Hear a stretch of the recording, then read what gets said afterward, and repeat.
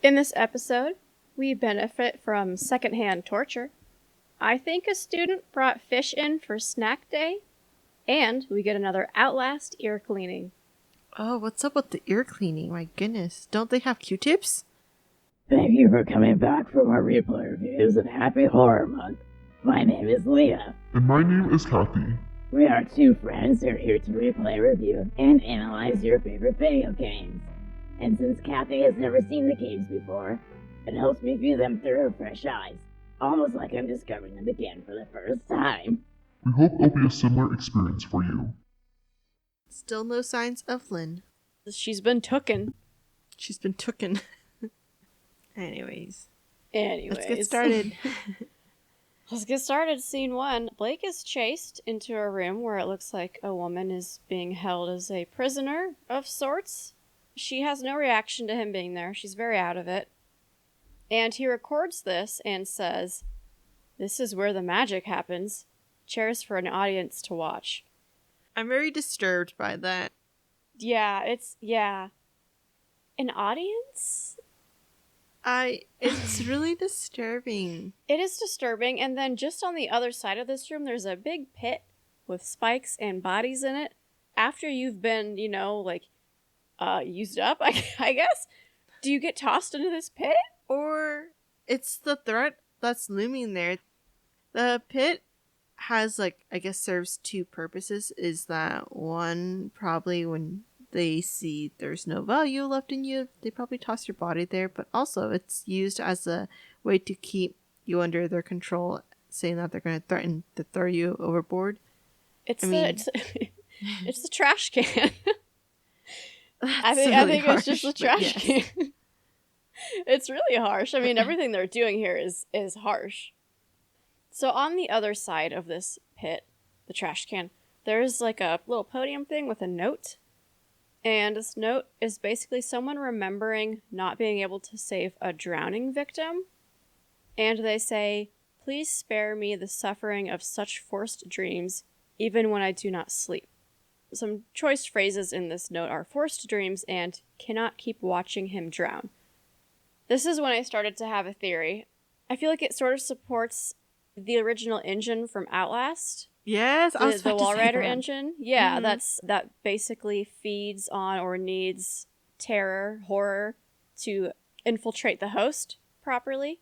So are these forced dreams, even when I do not sleep, is this a method of prepping a host for a sorts of Walrider engine? Even if it's not the same one, maybe it works the same way. I think it's either prepping or it's just pure experimental purposes.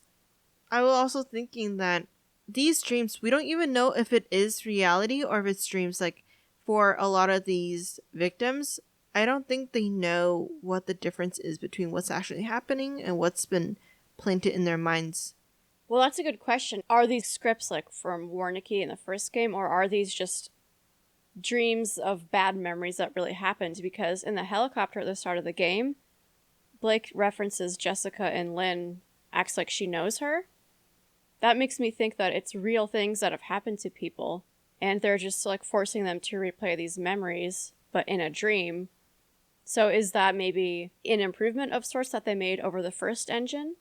Although I don't think it's from a science perspective, I think it's from a more of a religion kind of standpoint, the way how Father Martin really believes in something and really pushes that onto anyone who's willing to listen, and seeing with Noth, with him considering himself as like a Papa Noth and really pushing that religion. I don't think it has anything to do with someone at Warnicki's level, but more so Father Martin's level. No matter what's going on, I do definitely believe that Noth is basically a cult leader, manipulating people, controlling people for his own benefit. Even if he is believing it, he's doing a lot of what's happening. He's definitely controlling the situation. My next note is just like, do you have any notes on the next note, which is about the paper is precious? Oh yeah, I was wondering, is that another punishable act and therefore like another reason to torture someone? It sure sounds like it. So this note's pretty short. I'll just read it. It says, "Paper is precious. Any use other ways than the copying of the Gospel of Noth must be with the given permission of a deacon. Theft or wasting of paper will be met with blood punishment. So to me that sounds like it could mean death. It could mean you're thrown in the trash can. Very controlling. Very controlling. Should we try to figure out why? Why are they controlling paper? Is this so that nobody can communicate with each other, with the outside world? It's not like they have much technology going on in that area. I mean, sure, there's batteries hidden everywhere, but still, there isn't much technology, and without that, like, how else do they communicate? I feel like paper's the only way. And I also do feel like it's a way to kind of regulate what gets in and out of that area. I also find it really ironic that they used an entire sheet of paper to write 4 lines about not wasting paper. All right, so continuing on his journey, he enters it's a church, but it's like set up as a schoolhouse. He films the blackboard, which says, "Don't be afraid, you're going to heaven." And as he's filming it, the desks fly open, which is very spooky. In this recording, when he rewatches it, he says, "Going to heaven. God, before they killed the children. You should have loved me. What am I doing?" So weird. At this point, it seems like the use of the paper is more of a journal for these people. And I'm starting to wonder, are people controlling the amount of paper because they want to limit the amount of journaling and documentation of what's going on in their mindset? I'm thinking back to our theory about it being more for like the morphogenic engine. There needs to be more paper documenting it, and maybe we just haven't stumbled across it yet. But I'm almost wondering if the limit of paper is because they want to limit people noting down what they're feeling and what they're thinking. Well, that's a fair point. In the first game, we find, we are a journalist, and we find all this documentation about what's been going on. And I have no doubt that sort of helped bring down that operation, even though we know it sounded like they were going to just pick up and try to continue. So yeah, maybe if this is a Murkoff thing, they're trying to prevent that mistake of just leaving this paper trail. So that could be part of it. But my other question is, if that's the case, did this order come from Papa Noth, or did it come from someone at Murkoff? Or is Noth a Murkoff employee? So upstairs in the schoolhouse, it seems like there is this lesson plan. And so it says, aim, the children should not fear their duty, but celebrate it as guaranteed entrance to heaven. And then remember, there is no pain in heaven. Papa gave you life, and so your life is his. God gave you life, and so your life is his. You may not know that you yourself are the enemy. And that's where it gets interesting. We've heard a lot of reference to the enemy. What are you thinking that the enemy is? I feel like the enemy is probably something, again, that they're just trying to pin it on someone. They need a scapegoat. Yeah. That's my thought, is that the enemy is someone that they just use to justify all the different torture. Okay, so then let's talk about the next document, which we find just about a minute later. And it says, Mommy, Miss Carson said I could not tell you what they're going to do, but she did not say I could not write it. So please do not let them kill me. I love you and I love Daddy. Juliana. So they're killing children, right? Systematically killing children? We do see a lot of babies killed, so why are we surprised that they're also killing children and adults? So they're killing anyone from the ranges of being pretty much a fetus in the womb to grown adults. Yeah. So if they want to kill you, they kill you. That's what it sounds like. I agree. I think, though, at this point, it seems kind of systematic, though, with the children. Because if we go back to the last document, it's like, you may not know you're the enemy, and this is a school lesson plan. Are they just killing children that, you're showing signs that you could be the enemy, so you gotta go into the trash can. See you later. But that also means they have to predefine what the enemy is and what kind of signs represent the enemy. Yeah, based off of the context of what we've seen so far, I think the enemy is the Antichrist. Which is what they're now thinking that Lynn is pregnant with. Mm-hmm. I don't know what the signs would be, or why you decide to kill which children. Yeah. This is a lot to just be casually talking about, but We should have Yeah. added some trigger warnings to this. I mean, I said that this game was banned in the first episode in Australia. I mean, I feel like that's a pretty good warning, right? Yeah, I guess we'll need to add some more. It says murder of babies. Child and sacrifice. Children. We'll probably get flagged just for me saying that right now. Blake continues outside of the schoolhouse and enters an area where he's harassed again by Marta.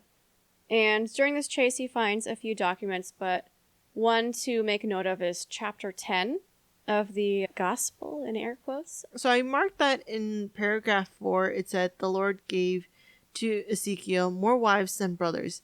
And we also know from previous letters that Noth called himself as Ezekiel. And so I'm wondering, this gospel, with air quotes, is something that Noth wrote, and he wrote this line just to justify him being able to kill people.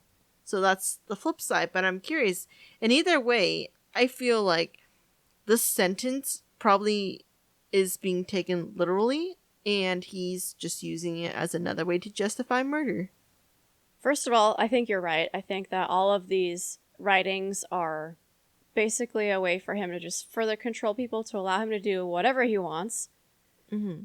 Second note I have is, this has to have been going on for a long time, or this process had to have come so quickly, because if you get to this point of power where you can write scriptures about yourself and then people believe it, I mean, that has to take time. I think it's enough that there are kids and young women probably born and raised in that period. But at the same time, I feel like what's a good indicator is the people who are sick and staying there, though. I mean, it can't be that long because they probably would have already died, but it also depends on when they started getting sick. But another thing mentioned in this document is, from your nation the enemy shall emerge. And based off of the context of this, it's about like Ezekiel, Noth, and his wives. So is it his child, one of his children, that will be the enemy? And does that mean that every child attending that school is his child, and that's why they're just, hey, you look suspicious, time to die? So is this just justifying? Because here's my question. Is he just insane? Because it seems like right now he's writing this to just do what he wants, you know, have a lot of wives and all this stuff that he wants to do. But that it gets kind of weird after that, because like, okay, you can see someone wanting to manipulate people into being able to have that be acceptable, but then to like have and murder children, that's a whole nother level. So my question is, why? Is that just mental illness? Is that like what how does that come into all of this? I can't remember at what point you said this, but I do think that the reason why Noth calls himself as Papa Noth is because he sees himself as the father, and he sees someone like a god, where you all are from me, and that kind of goes back to earlier in one of the notes. But I also do think that kids like Juliana, she's smart enough to see through things, and she knows it, and maybe that's why they're killing children, is because they know the children have outsmarted them or will be outsmarting all the other grown adults who aren't under the spell, and he's just killing off anyone who isn't under his spell. Yeah, that makes sense. They're killing the free thinkers, the people who aren't easily manipulated. The poor children. That makes sense. Anything else before the document that Val wrote? Nope. Did you have any notes on that? I wrote, Val needs to calm the heck down. I think I wrote it multiple times that Val needs to calm down. Same with Marta. Oh yeah, they both need to calm down. It sounds like Val is trying to find the name of their god. So the opposite of Noth. So that's interesting because we don't really have an answer. So could it be, if there's no answer, could it be something created by Murkoff? I'm hesitant to say so because based on everything we see in this place, yes, there are some places with electricity, but otherwise it's so shabby that I don't even know how Murkoff could be doing their experiments in this kind of location without setting some kind of home base. And if they did have a home base, I doubt it's something that we missed. It would have been extravagant. Okay, so follow-up question. In the helicopter on the way here, they talk about this woman that had high levels of mercury in her blood, and they think that she had to have been downriver from, I think they said, like, pretty heavy industrial areas. So how does that factor in, or what does that add to your train of thought? Oh, okay. So I think I'm gonna. That's actually a really good point. I'm gonna pivot away from all my different theories, and my current theory is that this little village probably is located at the bottom of Mount Massive. And then that also is what triggers the plane crash, is because of all the crazy electricity static. And so while it's not that Murkoff is dictating all the different experiments happening, it's more of just like a product of everything that happened there.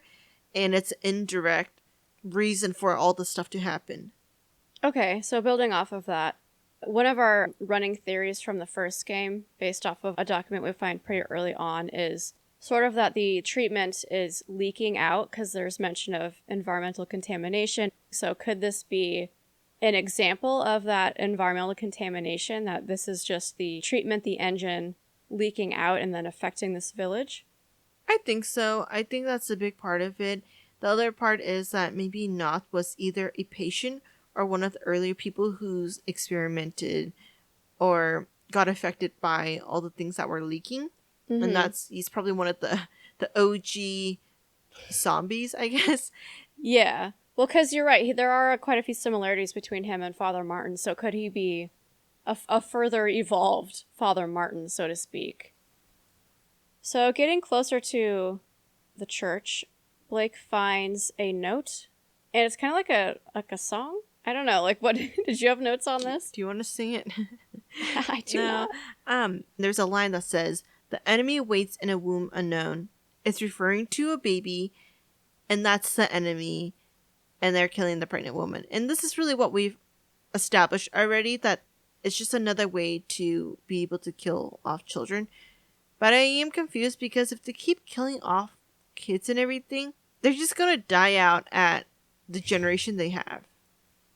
We're now inside the chapel we've just entered, and there's another document.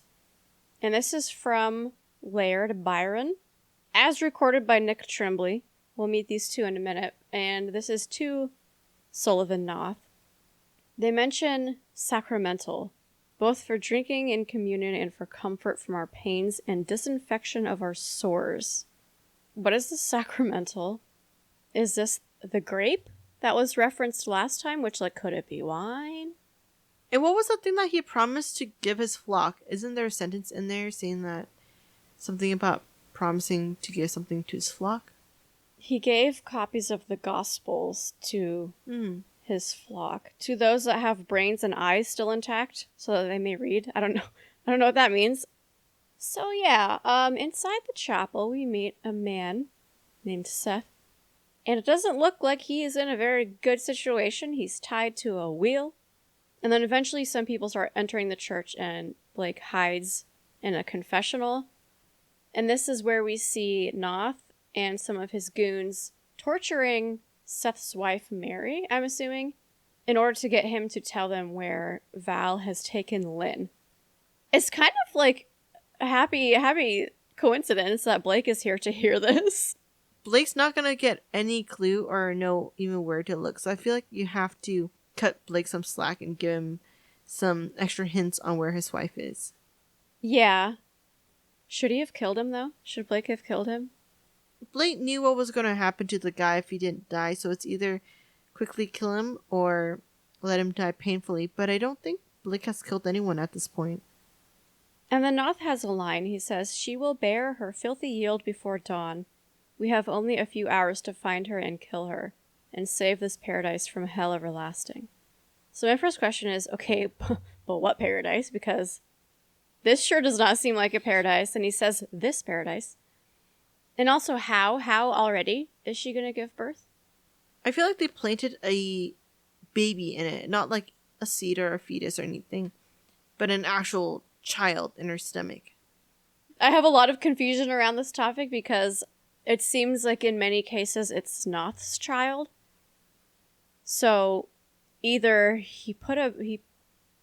literally put an intact baby in there, or he put his seed, as we keep being disgusted by that term, in there. If that's the case, how is it already? Is this the side effect that we learned about in Whistleblower, where female workers were experiencing false pregnancies? I'm thinking that everyone's just dreaming that they have kids. And you know what I mean? Like, how easy it is for Blake to be transported back and thinking that he sees Jessica and everything. That's really easy to blur the lines between reality and dreams. I'm wondering if women are also getting pregnant thinking it's like reality, but it's a dream. Yeah, well, that's the interesting part, because clearly everyone else is on board with them being pregnant. But let's revisit a document from Whistleblower that talks about these pregnancy side effects. Mm-hmm. So I'm going to read one paragraph of this document. At the time of Miss Cho's termination, the psychosomatic effects of the morphogenic engine on female employees and patients had been well established. Already more than 7 female employees and patients had reached fictitious half-term pregnancies in a matter of weeks before miscarrying the non-existent children, 5 of them fatally. Female employees were moved to higher floors in the facility, then to other buildings, and eventually entirely off the Mount Massive facility. So when they say non-existent children, do we know it's non-existent at that time, or has it always been non-existent? So I don't know if this is your question exactly, but it sounds like this literally kills them.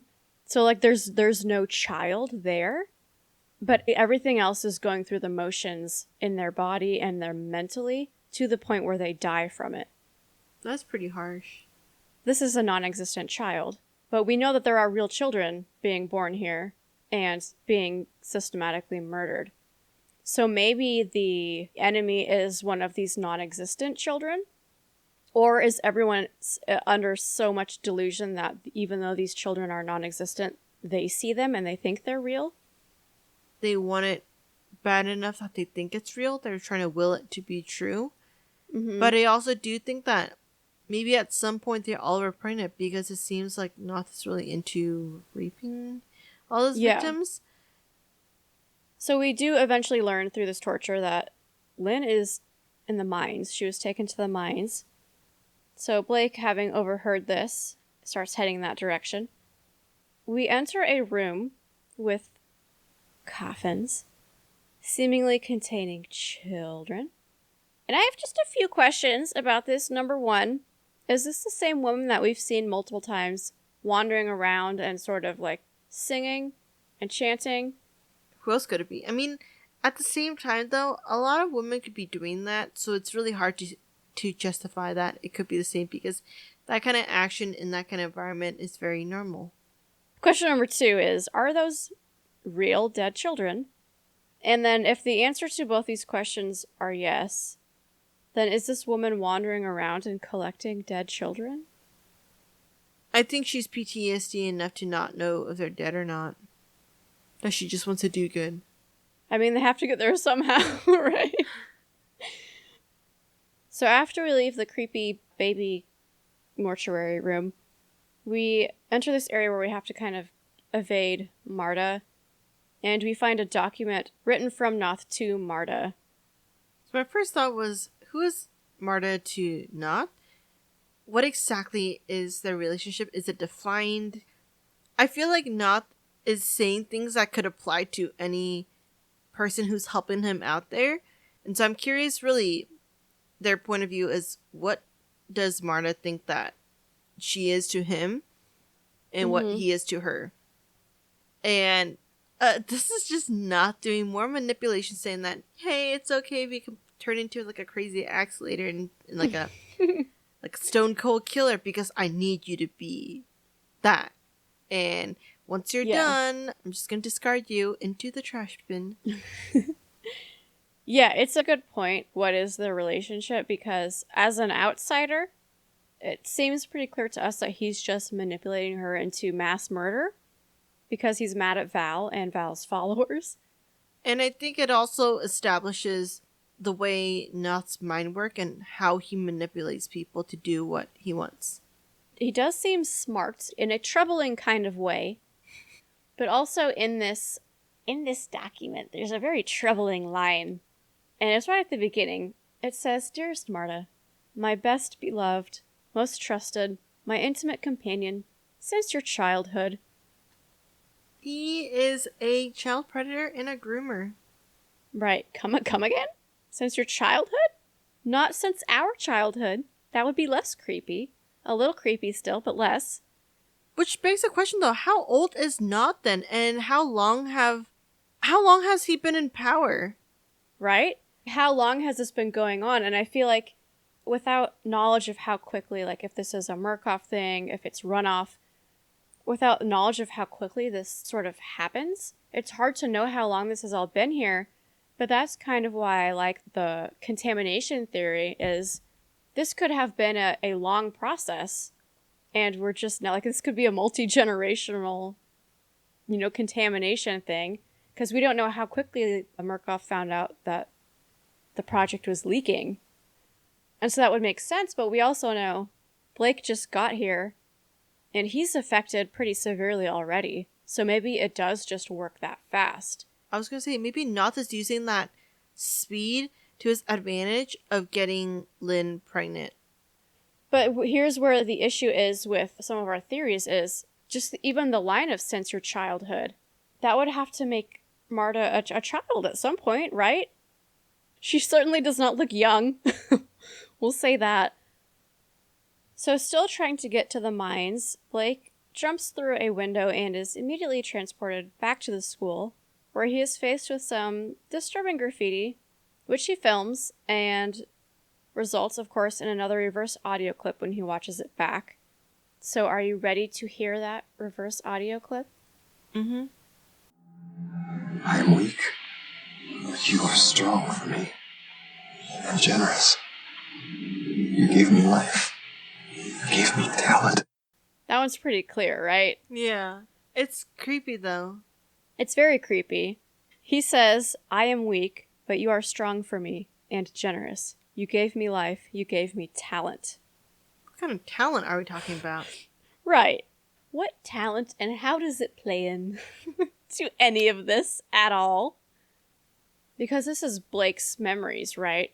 So is this just something from Blake's past, or does this have any connection to what's going on in this village?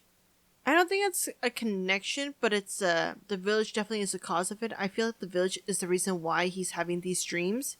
Maybe it's not that the village can control the dream, but it maybe chooses your worst fear or your biggest nightmare or your biggest regret, and it just broadcasts that, and so everyone is going to be having bad dreams, but about different things. Okay. I have something here for you that might change things up quite a bit for you. Mm-hmm. So, I'm just going to tell you. So, when we review these recordings that Blake takes at this school, there's almost always that reverse voice, and there's always this static, right? That doesn't show the actual thing that we saw. It shows static. And there is something that pops up in the static. Quickly, you have to catch it. I'm scared. I'm going to show you what pops up. I don't understand what I'm looking at. What is that? Well, let me ask you. Does it to you look anything like this? Oh my god! Leah! It's the Murkoff logo. You're a genius! What? The Murkoff logo appears in the static of The Blake's static. recordings when he is in this other place. The static is what they hear before they see the wall rider. Mm-hmm. Oh, yeah. So does this mean that Murkoff is in fact involved, whether directly or indirectly? Definitely, 100%. Where's Blake and what is he filming? I think he's trying to film the wall rider or something like that. Or his worst dreams, aka the equivalent of Patience and the wall rider. But you can't really film something that isn't reality. We've seen a couple times where he sort of comes out of these visions, we're going to call them, and is like crawling through a tree trunk or walking through a door. So it kind of seems like he's still been navigating in this village. But if that's the case, wouldn't he also, when he's filming these things in the school, just be filming around the village? And if that's the case, why is there no footage of the village? Why is it static? Maybe it's a radio frequency kind of thing. And that's what crashes the plane, because planes need to use some kind of radio frequency thingy, and it just messed it up. And same with this videotape, which I don't understand though, because if that's the case, he shouldn't have been able to record everything else, right? Mm-hmm. It shouldn't be just some things yes, some things no. So I'm tempted to say it's because of the radio frequency that is jamming things up, but at the same time, I already invalidated my own theory because we see him recording other details. Well, not necessarily, because let's remember those blasts of light. Mm-hmm. And one of the first times we see that, we then see all these villagers who were acting, I mean, normal is a relative term, but they were acting normal for Outlast, you know. And then when this blast occurs, they all are affected, remembering things. So could these blasts be these radio frequencies that you're talking about, and therefore they're temporary, they're stronger when this blast occurs, and then they fade over time until the next blast? Still in the school, Blake finds a hangman game that he says Jess and Lynn used to play. And after solving a kind of irritating puzzle that really does not give you even a hair of leniency in lining this thing up, he sees that the word is unforgivable, and he says, seems about right. So this seems to pretty clearly support that Blake feels guilty or even responsible. Are you agreeing with that? I think so. Okay. We'll bottle that one for now. I have a kind of a big question, and this is something that has been bothering me forever. So there's this something seems to be attached to Blake while he's in this school. We see it looks like a shadow or like a giant spider web. And I'll play for you this little clip here. Yeah, I'm going to slow down the playback speed to half so that you can kind of get a better look at this thing. But it kind of looks like the wall rider is attached to him. Did you see that? You can see me reacting to it. Yeah. Definitely is the wall rider. That scared me. It looks kind of like the wall rider, right? This is my second time watching it, and it still scared me. The first time I watched it caught me off guard. It's weird. There was a spot, let me pause it when I get to a certain spot, where it kind of looked like you could see more detail. Because at first we just see this hand, right? Hand. And that's kind of weird. You see this blurriness to him. So it's almost like he went through you, but pulled back. Yeah. And so then here's this thing, where it looks like a butt ton of hands. There's 4 hands right there. Do you think the wall rider is trying to stop him from going forward? Maybe the wall rider is trying to do good things and again, depending on the timing, if this is really Miles. Because it seems a lot like the wall rider, right? It's just a very similar behavior in the movement and the visuals. The static too of the blurriness and everything. Yeah. But the wall rider that we've seen isn't black shadows though. It looks more just sort of like a person, but skeletal, right? But this one looks a little bit more... Do you think this is the tongue monster? I do, because let's go back to normal speed where... Because the tongue monster has multiple tongues, right? And this has multiple arms. And I think it does have multiple arms, actually. He is really freaky. So is the shadow him? Do we agree it sort of... The thing that's on him sort of behaves like the wall rider, where it floats around. Maybe this is the wall rider's cousin. Yeah. And so my question is, if he's in this realm, whatever this is, where he's at the school, does that make him able to see the wall rider in a more physical form? We're just going to call it the wall rider for now. The tongue monster? Yes, because I think it's something you can only see when you're not in reality. I think we're onto something. I don't know what else to say at this point other than it seems sort of wall rider-y, but not exactly the same. So scene 2, we're back. We've made it back to real life. Continuing to try to find these mines, which are apparently very far away. He films a bridge, but he also finds a document near the bridge that is very informational for us. It answers a lot of questions. Definitely there's syphilis. There's STDs going around. Mm-hmm. And he says, I am burning with the signs of the syphilis, and am afraid I will be sent to live with the Scald. I think this answers a lot of our questions, which is yes, STDs and specifically syphilis is going around, which ties back to the penicillin that Noth has been lying about. And everyone who is sick with it gets sent to this area, the Scald. And here's the thing though, not everyone in the Scald are females. No.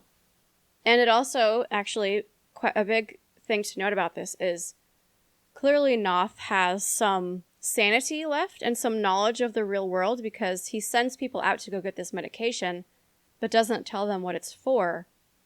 But he knows what it's for. So clearly he has some knowledge of what he's doing when he's manipulating these people, right? Like, he's not, even though he's insane, he still is not necessarily to the level of like a Walrider patient that we saw in Outlast 1. I think it's also that he wants to keep them relying on him and not relying on modern day technology or medication or just anything modern day. And you need me. And you need to consider me as your god, because without me, you're gonna die because of the disease that I gave everyone. Right.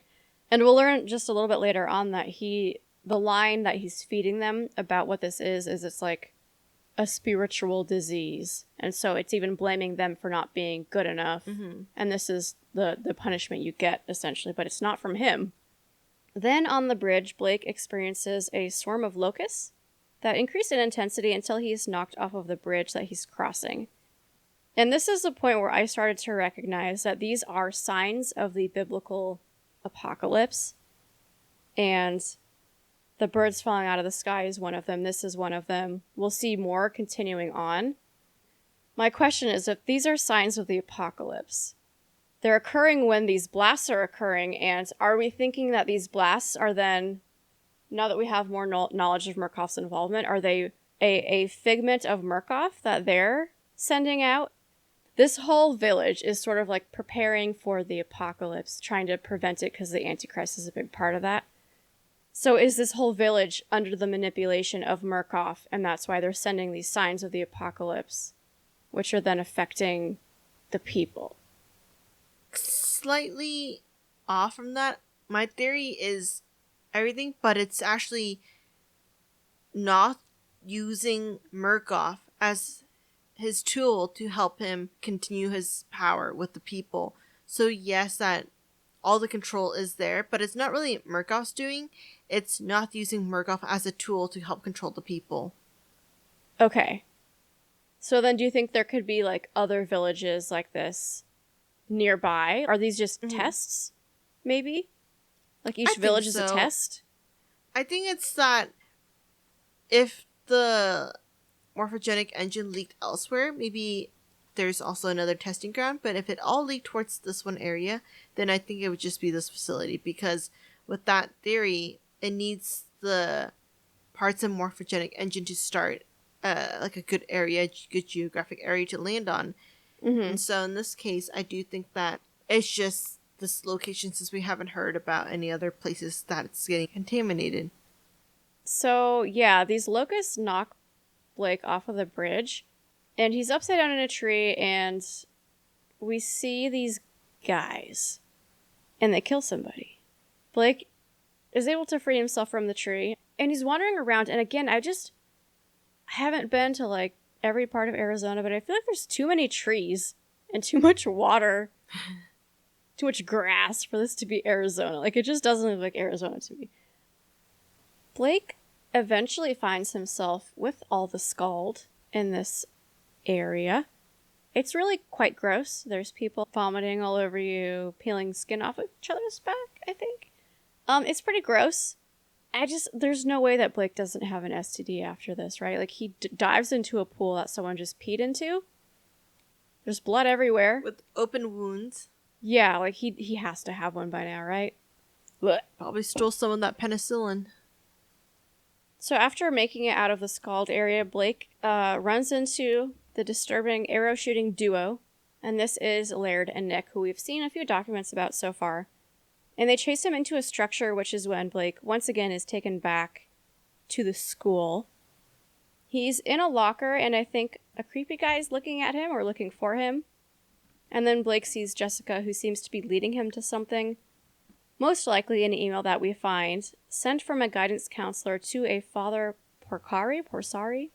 Basically, the contents of this email is that Father Lauermilch suggested to the guidance counselor that Jessica should not go on an upcoming field trip because she is basically a flight risk due to an unhappy home life. Crazy theory out there. I think Jessica might be related to Noth in a very distant way, like grandchild's child. Again, depending on age and everything, and they don't know exactly what or how. Okay. Well, because he's a shitty father. So There's that too. the boot fits. We have another recording. He films the room sort of morphing and getting, like, gross. It looks like there's skin or something organic coming out of the walls and everything. Are you sure it's organic? It looks organic. He films that, and then we hear another reverse recording, so I will play that for you now. The gift of music and mathematics and love. Those fleeting moments with the tender sorrows in which music and math become the same thing. So music, math, and love. The gift of music and mathematics and love. Those fleeting moments with the tender sounds of which music and math become the same thing. What does that mean? Yeah, I don't know. I don't know. So is there like a way to create music by using like math to like create the notes? I think you just count beats, and that's the closest I can do, or like beats per measure. Mm-hmm. It might be that. I really don't know, is my response. Blake continues to chase after Jessica, which leads him to climb into the ceiling, at which point he wakes up, in quotes, again, back into the real world. And he's almost immediately captured by this duo who think he is a messiah, and they hang him on a cross. And that was a lot, so I'm going to pause and wait for your reaction. At this point, I was like low-key panicking, because we know what's next is that they're gonna nail his hands to it, and I'm glad you told me I didn't have to look, because I couldn't stomach that. It's pretty intense. It also sounds like they want to eat him at some point, and some point later on, someone tries to take a bite out of him. And then they think that the camera is his gospel that they've been waiting for. They leave, and Blake is able to disgustingly rip his hands off of the cross.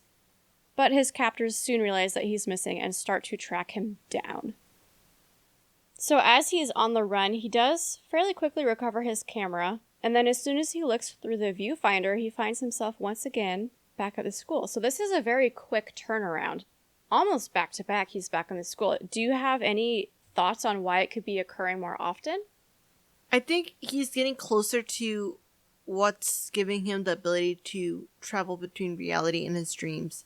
Like, we know he's running towards something, and maybe that something is what's going to give him the ability to shift between realms, I guess. Okay. Another theory we had was like the blast could be some like radio frequency, something that signals these brain issues, whatever's happening. But also, if we go back to the whistleblower document about like the pregnancies and just a couple weeks, could this also just be a time-related thing? So could this whole like playing out of the apocalypse essentially? Is this a timed event, and as you get closer to the end, all of this kind of crazy stuff starts becoming more frequent? At first, I thought it was related to physical geographic location that triggers it, but the more I'm starting to think about it with everything that's happening, the more I'm starting to think that he triggers the switching of the reality by himself. Like, it's a thought process thing, and it's like a timing thing of it versus a physical geographic kind of trigger. I don't know if that makes sense. So like he'll just like have a memory of it, or maybe whatever Murkoff's doing is just making those memories come closer to the surface. And maybe the longer you're exposed to whatever that is, the more your memories come up. Back in the school again, he also, I mean, there's not a whole lot that happens in this one, to be honest, but he films again this like veins, the stuff that looks like it would be on a body, on the walls and everything. And it just looks like some kind of weird flesh. And so my question to you is, could this stuff that he's seeing, could it be like morphogenesis from the morphogenic engine, like in his eyes, but he's seeing it on things? Or because we know that affects like you know what I mean? I don't think it's his eyes. I think it's part of it's part of the dream world, and that the vision is that those things are morphing, and that's what he sees. So it's not necessarily him, it's what's in that dream world. Okay, so I guess my main question then is it brought on by the morphogenic engine? Because we know it affects like cells and cell structure. I think so. I think indirectly because of the leaking.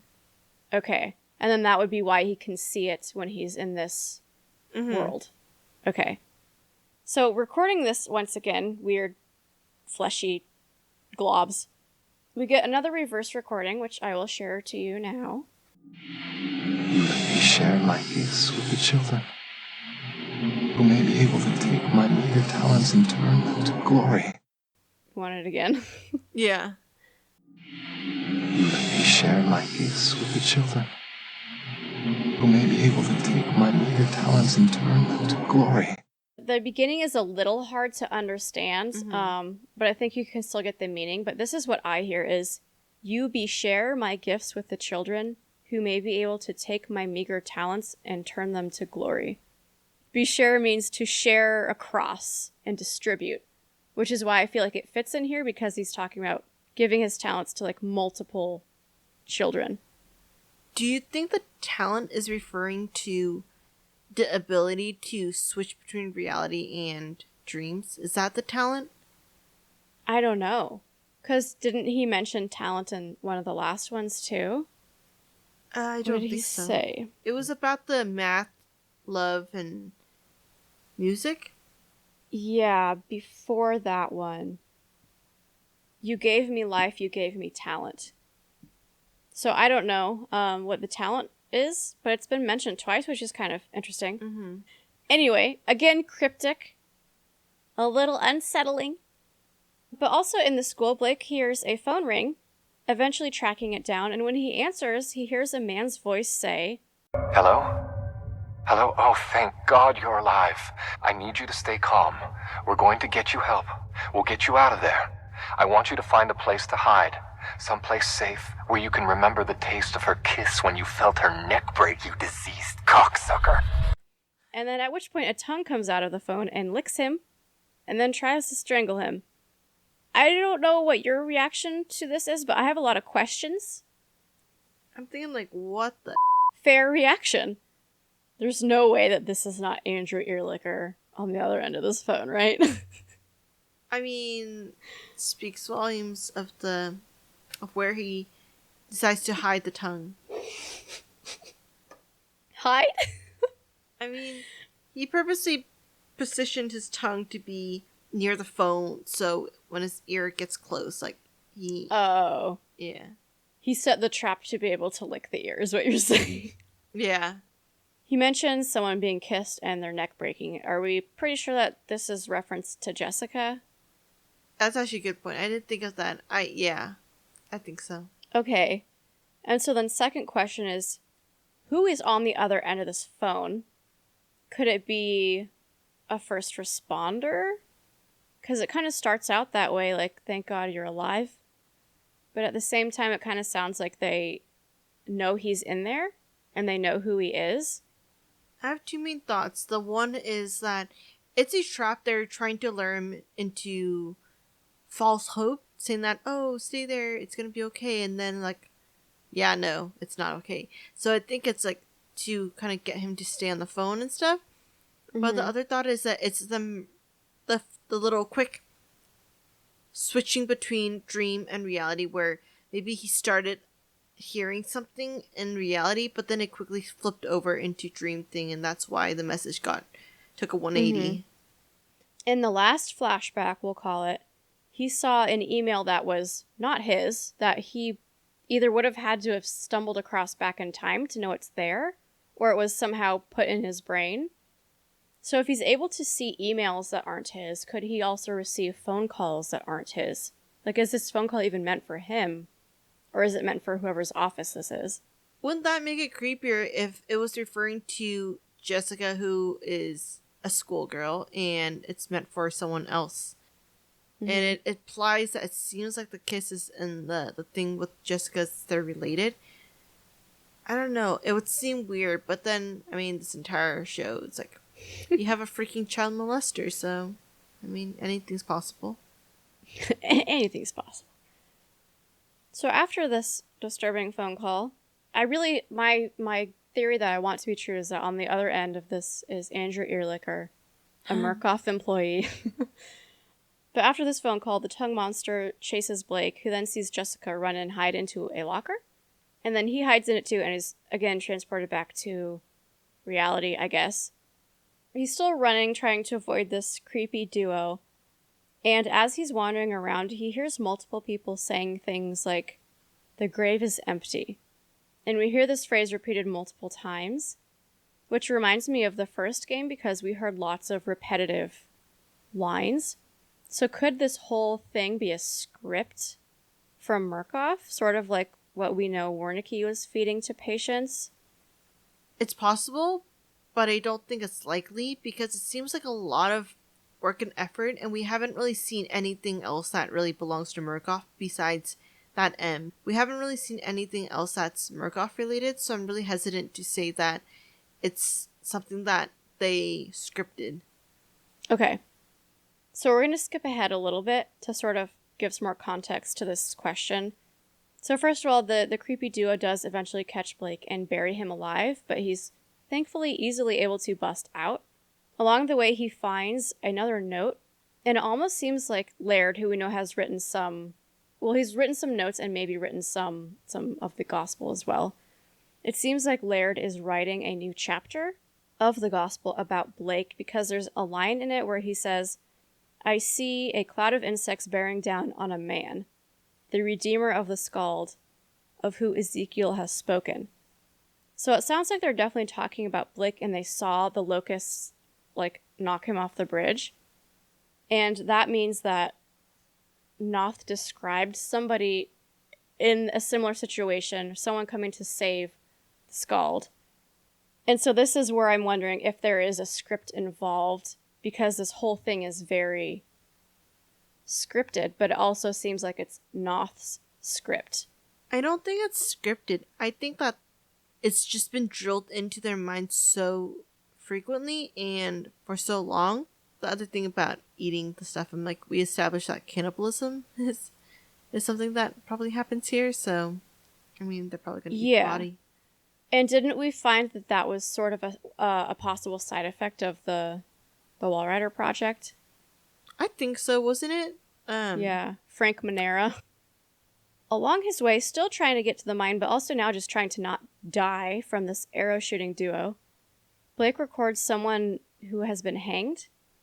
And when he reviews this recording, he says, "She hanged herself before I could stop her. Or she didn't. No, wait, not her. He." Like, his mind is just jello. He can't even remember what happened back in time. And he's seeing things in present time that he thinks are happening in past time. It's all a jumbled mess. Even if it wasn't because of the morphogenic engine, the amount of trauma that he's seen, PTSD from back in school and stuff, you can't blame the guy for getting all this in a mess and stuff. And I think that's exactly what the whole reason, going back to Outlast 1, the whole reason why you have to see so much horror is you have to separate yourself from, to save your sanity. You have to disassociate, and when you reassociate, they're doing that and they're trying to feed you some kind of stuff that you would have never believed in had you not seen all the horror. And that's what's happening for him right now, is that he is just trying to cling on to something he knows, but everything is just so bad for him. So he's doesn't know if it's better to cling on to the past or the present and the reality. Okay, so that raises some interesting points and a new theory for me. Because if I'm following what you're saying, or maybe even just I'm interpreting it this way, he's sort of not picking one. He's not really picking reality, not really picking what happened back in time. And if Murkoff is designing this back in time things to give horror to people, would that mean that their goal is to find another host for, like, a new wall rider? And if that's the case, is that why we see that thing that's on him that sort of looks like the wall rider? It looks like a ghost of the tongue monster. Is that why it's sort of around him? Is it's like checking him out, like, are you a good host for me? And then when it decides, no, you're not a good host, that's when it throws him. And it doesn't decide no because he hasn't fully committed to this back in time, these horrible memories. So he's not fully accepting all of this horror that's happened to him yet. And could that be why he's rejected as the host by the tongue monster? And I think if we go with that kind of theory, we have to agree that Murkoff is really involved. Maybe not as a Murkoff employee, because how else do you control the situation? Mm-hmm. Because at the end of Whistleblower, we had these mention of, like, the 4 blind patients who had, like, exceptional abilities because of the Wall Rider project. So could he potentially be, like, one of those 4, and he's still a patient, but he's a patient that they're able to sort of control, and that who is maybe more powerful? But then my ultimate question is Murkoff looking for the perfect host? Is that what all of this is? I think there's a pretty good case for yes, because in this next segment, when Blake is looking for a rope to be able to continue on his way, someone walks near him and says, "The host is ready," at about an hour, 30 minutes. Host is a word that we have heard in Outlast 1 a lot, specifically in regards to the Wall Rider. And this is the first time that we hear it in this game, and maybe the only time. I mean, the term host, that's pretty Wall Rider-y, right? It is, because how else do you use host in this context? Pretty soon after we hear this, like, the host is ready, the creepy duo is chasing Blake, and they fall from a pretty decent height, and they die, thankfully. Blake records their dead bodies, and when he reviews the recording, he says, "My dad died within a month of my mom. He was perfectly healthy until she was gone, and then... ... And I have always found this commentary to be exceptionally random and off-topic, because every time that we see him talking about something that doesn't seem to make sense in the context of what we're seeing, it's about the events that happened at the school, right? After we potentially saw this tongue monster wall rider reject Blake as the host, is Murkoff now digging into his memories and trying to pick a memory that's more terrifying, more painful than what happened at the school to try to get him to become the perfect host, since these school memories haven't been working yet? Are they now trying this one to see, is this one going to be the one that makes you the perfect host? But I guess if it's all about horror and trauma, what's stopping them from using any single person in that village? Because everyone's seen so much horror and trauma. Like, why not pick someone like Val or like Marta, right? Like, there's a lot of options. Why him, though? Well, that's a really good question. I'm sorry if you're going to keep going, but you gave me a great idea. We kind of had some similar questions in the first game. You know, like, why was Miles the host? Maybe you can't be too far gone as a patient, because now we have 2 people who are from the outside. They're still more sane than the other people around them. So maybe there's, like, a perfect point of, like, the amount of horror versus how affected you've been by the Wall Rider project. Like, maybe you have to have this horror, but you also still have to be sane enough to realize, you know what I mean? Like, not, you have to experience the horror, but not be changed by the horror, if that makes sense. You have to still be with it enough to transition, versus it's too late to try to attach the Wall Rider or the Wall Rider 2.0.